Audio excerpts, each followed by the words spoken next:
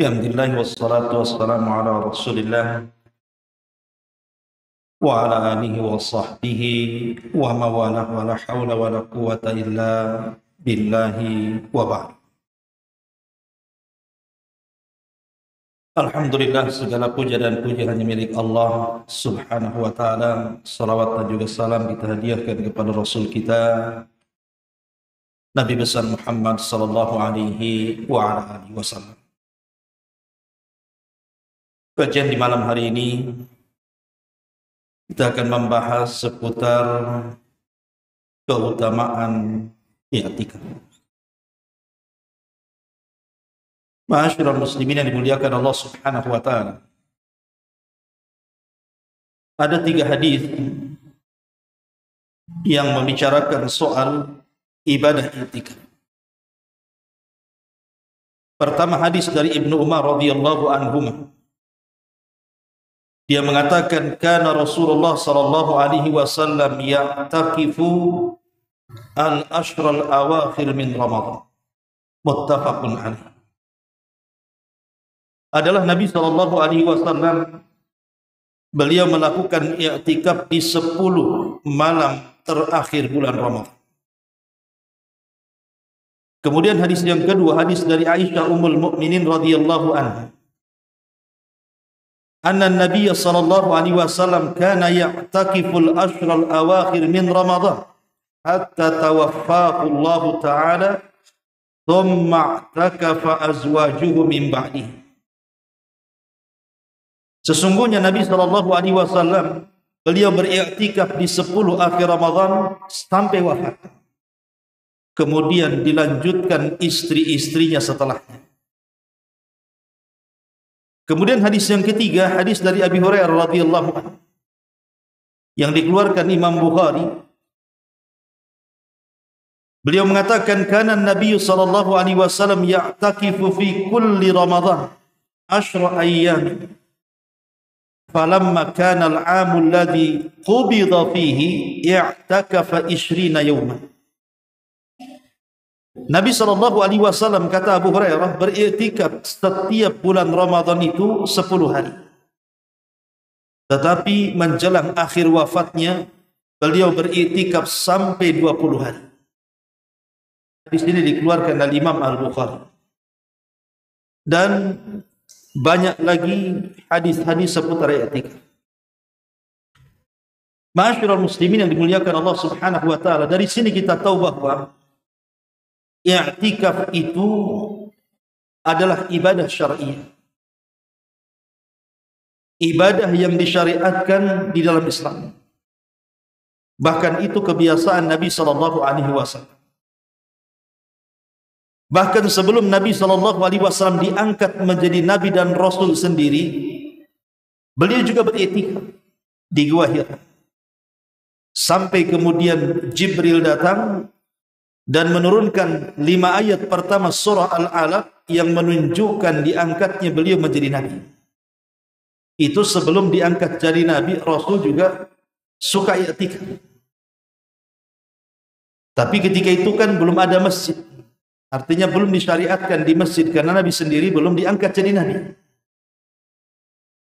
Tetapi kemudian setelah Nabi SAW diangkat menjadi nabi dan Rasul, kemudian datang syariat i'tikaf, maka Nabi SAW selalu i'tikaf baik di bulan Ramadan atau di luar Ramadan.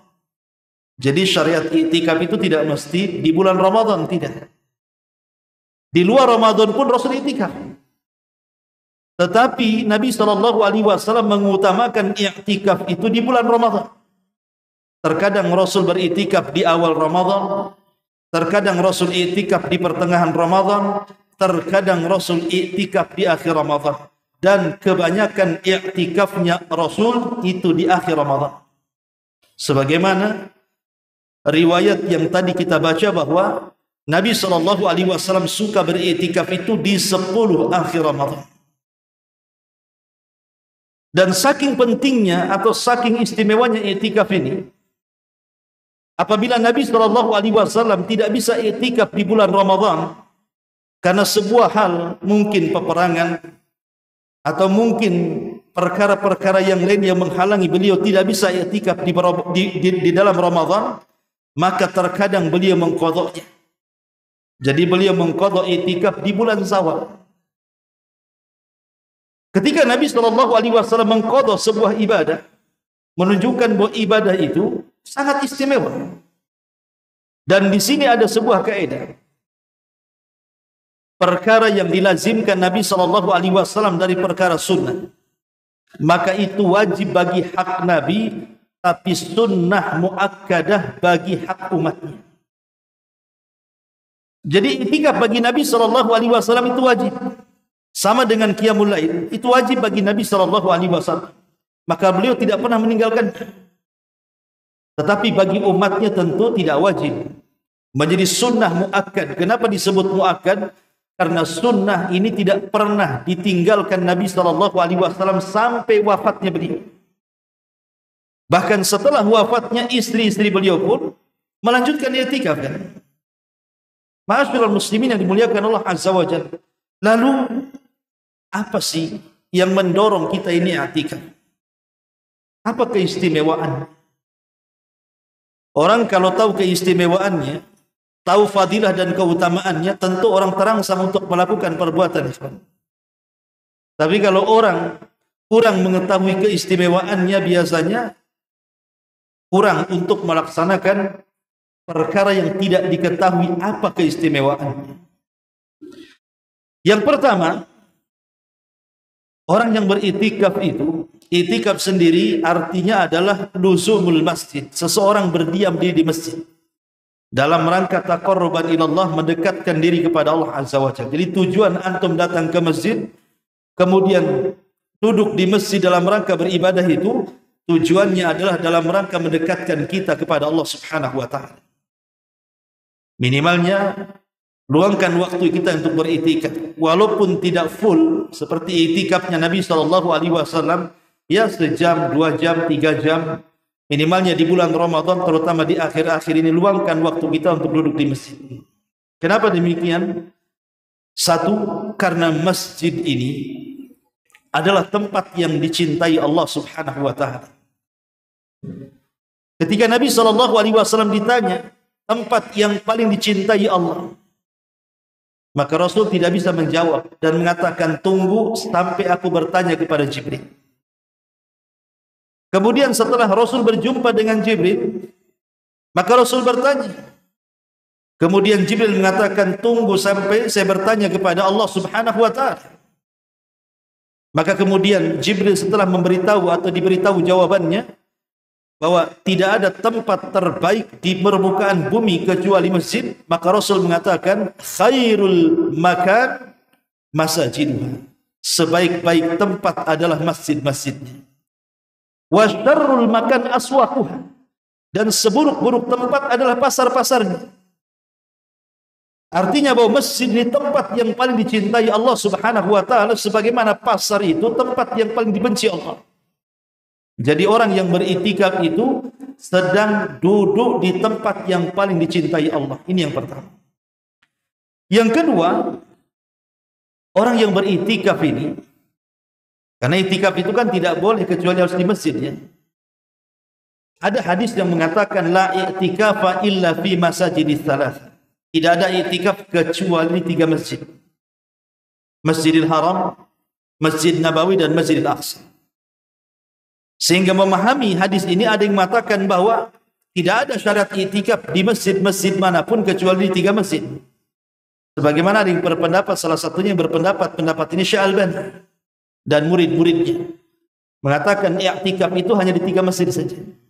Jadi tidak perlu antum i'tikaf di sini, ngapain? I'tikaf ke Masjidil Haram sana, atau Masjid Nabawi atau ke Aqsa sana. Tetapi Syekh Utsaimin rahimahullahu taala mengatakan, pertama riwayat ini lemah. La i'tikafa illa fi masajidil tsalath. Lau faradna, kata beliau, kalaulah kita terima riwayat ini sahih, maka kalimat la i'tikafa, tidak ada i'tikaf di sini, maksudnya bukan menafikan sah dan tidaknya i'tikaf, tetapi ini bicara soal afdaliyah. Maksudnya tidak ada i'tikaf yang paling afdal kecuali 3 masjid. Itu maknanya seperti itu. Bukan meniadakan sah dan tidaknya. Dan ini pendapat yang kuat wallahu alam, dan ini pendapat jamaahirul ulama, jumhur ulama, termasuk pendapat madzhabul arba'. Pendapat imam madhab yang empat, Syafi'i, Maliki, Hambali dan Hanafi, mengatakan bahwa i'tikaf disyariatkan di semua masjid berdasarkan keumuman Al-Quran, wa antum aqifuna fil masajid, dan kalian beriktikaf di masjid-masjid. Baik, ini masalah khilaf para ulama, tapi yang jelas bahwa i'tikaf itu disyariatkan di semua masjid. Lah, masjid ini tempat yang paling dicintai Allah Subhanahu wa taala. Dan orang yang duduk di masjid, hakikatnya hatinya terikat dengan masjid. Dan ada sebuah hadis Nabi SAW yang mengatakan, sab'atun yudhilluhumullahu fi dhillihi yawma la dhilla illa dhill. Ada 7 kelompok yang akan mendapatkan naungan di hari yang tidak ada naungan aras kecuali naungan Allah Subhanahu wa taala. Salah satunya adalah rajulun wa qalbuhu mu'allaqun bil masajid. Seseorang yang hatinya terikat dengan masjid. Jadi orang-orang yang beriktikaf itu masuk dalam hadis ini. Mereka akan mendapatkan naungan di hari yang tidak ada naungan kecuali naungan Allah Subhanahu wa taala. Kapan itu? Pada hari kiamat. Ketika matahari dekatkan di atas kepala 1 mil, keringat bercucuran luar biasa, maka orang-orang yang hatinya terikat dengan masjid akan mendapatkan naungan dari teriknya matahari di padang mahsyar. Ini yang kedua.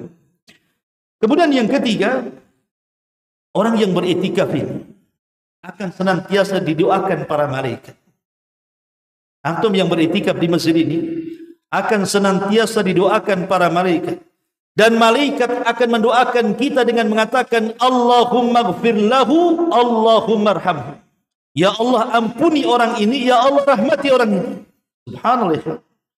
Dengan duduknya antum di masjid, malaikat mengatakan, ya Allah ampuni orang ini. Ampuni orang yang bersandar di tiang itu. Ampuni orang-orang yang di pojok masjid itu, karena mereka beriktikaf. Ya. Mana hadisnya? Nabi SAW mengatakan dalam hadis yang dikeluarkan Imam Bukhari, Innal malaikata tusalli ala ahadikum madama fi musallahu ma lam yuhdith. Sesungguhnya para malaikat akan mendoakan kepada salah seorang di antara kalian selama mereka berada di tempat salatnya, berada di masjidnya, selama dia tidak berhadas. Jadi kalau antum beriktikaf, kalau bisa jaga taharah, jaga kebersihan wudu. Kalau batal, wudu lagi, masuk lagi, batal wudu lagi, masuk lagi, supaya mendapatkan doa malaikat. Karena syaratnya mendapatkan doa malaikat selama dia tidak berhadas. Maka malaikat akan mengatakan, Allahumma gfir lahu, Allahumma arhamhu. Ya Allah rahmati orang ini, ya Allah ampuni dosa orang ini. Subhanallah. Orang yang beriktikaf walaupun hanya setengah jam, 1 jam, 2 jam, 3 jam, para malaikat akan datang dan mengatakan, ya Allah ampuni orang ini, ya Allah rahmati orang ini. Ini yang ketiga. Kemudian yang keempat, orang yang beriktikaf itu, dia akan senantiasa mendapatkan pahala salat, walaupun dia tidak salat. Orang-orang yang beriktikaf itu akan mendapatkan pahala salat dalam kondisi ketidaksolatan dia. Karena biasanya orang yang beriktikaf itu adalah orang yang menunggu salat setelah salat. Kata Nabi SAW, intidharus salati ba'da salat. Ketika orang menunggu salat setelah salat, maka seolah-olah anda ini berada di tengah-tengah salat. Jadi mendapatkan salat, pahala salat terus, padahal kita tidak salat. Kan lumayan itu kan. Coba pamannya antum pada isya nih, antum iktikaf nunggu sampai subuh. Berapa banyak waktu dari isya ke subuh, seolah-olah kita sholat terus kan. Nah ini keutamaan orang yang beriktikaf itu. Ya. Ma'asyiral muslimin yang dimuliakan Allah Subhanahu wa taala, lebih daripada itu. Tentu ketika kita ini mulai niat i'tikaf di salah satu masjid, harus ada tujuan ya. Antum harus punya tujuan. Karena bagaimanapun innamal a'malu binniyat. Amal itu ditentukan niatnya. Niat antum i'tikaf itu apa? Atau gara-gara antum bertengkar dengan istri, nggak kerasan di rumah lah, i'tikaf aja di masjid. Ya. Atau mamanya di rumah nggak ada makan, di masjid banyak makan lah, makan di masjid aja. Bukan begitu ya. Jadi ada maqasidul i'tikaf. Ada maksud-maksud i'tikaf. Apa saja maksud i'tikaf itu? Pertama yang harus antum niatkan ketika i'tikaf adalah antum dalam rangka iqtida bin Nabi. Betul-betul mencontoh Nabi SAW. Ini yang pertama. I'tikaf antum ini ingin mencontoh Nabi. Karena i'tikaf sebuah ibadah. Ya. Yang kedua, tahari Lailatul Qadar. Tujuannya adalah mengejar, memburu Lailatul Qadar. Jadi tujuan antum beritikaf itu supaya mendapatkan malam Lailatul Qadar. Dan itu memungkinkan bagi orang yang beritikaf. Ya, ini yang kedua. Kemudian yang ketiga, al-khalwatu billah. Tujuan antum beritikaf datang dari rumah ke masjid itu dalam rangka ingin bersendirian kita dengan Allah Subhanahu wa taala di rumahnya. Karena masjid rumah Allah. Jadi kita ingin bersendirian dengan Allah Azza wa Jalla. Baik dengan solat berjamaahnya kita, dengan solat tarawihnya kita, dengan qiraatul Qur'annya kita, dengan tahajudnya kita, dan begitu seterusnya. Kita ingin berkhalwah. Betul-betul menyendiri antara kita dengan Allah, yang itu tidak bisa dilakukan di luar rumah, di luar masjid kan. Tapi kalau di masjid memungkinkan. Kemudian juga tujuan ataupun maksud i'tikaf adalah islahul qalbi. Tujuan kita adalah untuk memperbaiki hati. Nabi SAW mengatakan, ala wa inna fil jasadi mudghah. Idza saluhat saluhal jasadu kullu wa idza fasadat fasadal jasadu kullu ala wa hiyal qalb. Dalam badan kita itu ikhwan, ada segumpal daging. Kalau dia baik maka memperbaiki semua badan kita. Kalau dia buruk maka memperburuk semua badan kita, itulah hati. Kalau kita lihat kehidupan di luar masjid ikhwan, kita lihat banyak perkara-perkara syahwat dan syubhat itu mengancam kita kan. Di luar masjid ya. Antum kalau pulang ke rumah atau mungkin di jalan-jalan, macam-macam godaan yang akan menggoda kita kan. Entah godaan-godaan itu berupa main-main, handphone, menonton TV, ataupun mungkin ya makanan, kuliner, mungkin anak, istri, teman-teman, macam-macam kan begitu. Di luar itu macam-macam godaan, baik syubhat ataupun syahwat kan. Tetapi dengan masuknya kita ke dalam masjid, maka seolah-olah kita melupakan semua syahwat dan syubhat yang ada di luar. Antum ingin menutup pintu syahwat dan syubhat itu dengan masuknya ke dalam masjid. Tujuannya adalah untuk memperbaiki hati, supaya jangan terkena syubhat dan syahwat di luar masjid. Makanya i'tikaf ini adalah tarbiyatun nafsi, untuk mentarbiyah jiwa. Termasuk juga tujuan i'tikaf adalah hifdzus siyam, supaya menjaga puasa kita. I'tikaf itu menjaga puasa kita. Kita loh sudah dari pagi, kemudian sampai maghrib, kita menahan lapar, menahan dahaga, menahan syahwat, menahan macam-macam kan, untuk mendapatkan pahala. Jangan sampai kemudian pahala yang sudah kita lelah letih dapatkan dari pagi sampai sore ini dibatalkan dengan maksiat di tengah malam kan. Maka supaya jangan kemudian pahala puasa hilang, beritikaf, karena itikaf ini akan menjauhkan kita dari dosa. Dan itu salah satu juga menjaga pahala puasa. Termasuk juga at-taqallul minal mubah, menyedikitkan jatuh dalam perkara-perkara mubah. Perkara mubah memang tidak ada dosanya, tetapi terkadang perkara mubah ini melalaikan kita, sehingga terkadang bisa terjerumus kepada hal yang diharamkan. Maka dengan kita beritikaf, semua akan berubah. Bagaimanapun hawa masjid kan hawa ibadah, sehingga kita bisa menjaga semuanya. Makanya dalam masjid itu hati kita tenang, kita bisa membaca Al-Quran, kita bisa bertobat, kita bisa qiyamul lail, dan yang lebih penting adalah menjaga waktu. Karena waktu ini akan ditanya di hadapan Allah. Wal asri innal insana lafi khusrin. Demi asar itu artinya demi masa, demi waktu. Waktu akan ditanya. Lah orang yang beritikaf ini insya Allah waktunya akan lebih bermanfaat dibandingkan orang yang tidak itikaf kan. Dan ini masuk dalam hadis Nabi SAW, khairukum man tala umruhu wa hasuna amaluhu. Sebaik-baik kalian adalah yang dipanjangkan umurnya, baik pula kemudian amalan. Dan tentu yang terakhir, at-ta'atu al-mustamiratu lillah. Dengan i'tikaf kita bisa melakukan ketaatan yang terus-menerus.